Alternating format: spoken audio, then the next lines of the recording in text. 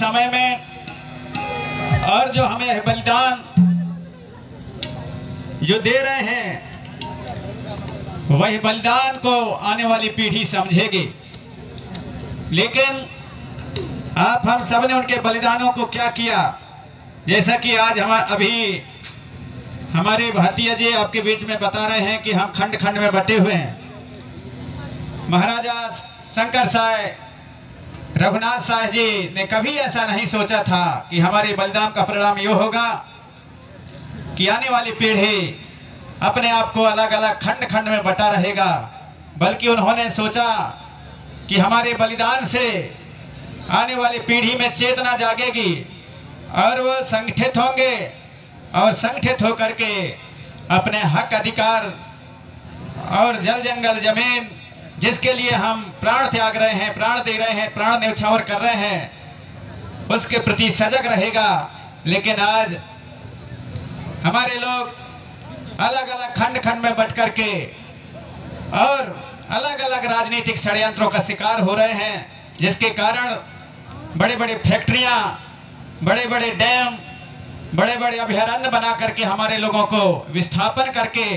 और उन्हें वहां से उनके जमीन से बेदखल किया जा रहा है। ऐसा कभी नहीं सोचा था राजा शंकर साय पुत्र कुंवर रघुनाथ साय। अतः भले ही हमारे पूर्वज पुरखा लोग उतना पढ़े लिखे नहीं थे, लेकिन उनमें एकता की भावना थी, उनमें संगठन की भावना थी, और यही कारण है कि बहुत दिनों तक हमारे पुरखा दूसरों की गुलामी में नहीं जिए। लेकिन आप हम सब देख रहे हैं कि हम शिक्षित तो हो रहे हैं, पढ़ रहे हैं, लिख रहे हैं, लेकिन कहीं ना कहीं और किसी न किसी रूप में गुलामी के जंजीरों में जकड़े जा रहे हैं। अतः आप सभी से आग्रह है कि हमारे महाराजा शंकर साय पुत्र कुंवर रघुनाथ साय के बलिदान को, उनके कुर्बानी को और यूं ही नहीं भुलाना है, बल्कि आप हम सब यहाँ पर यदि इतने लोग ही हम ठान लें कि हम अपने धरती को, अपने माटी को, अपने जल जंगल जमीन को और आने वाली पीढ़ी को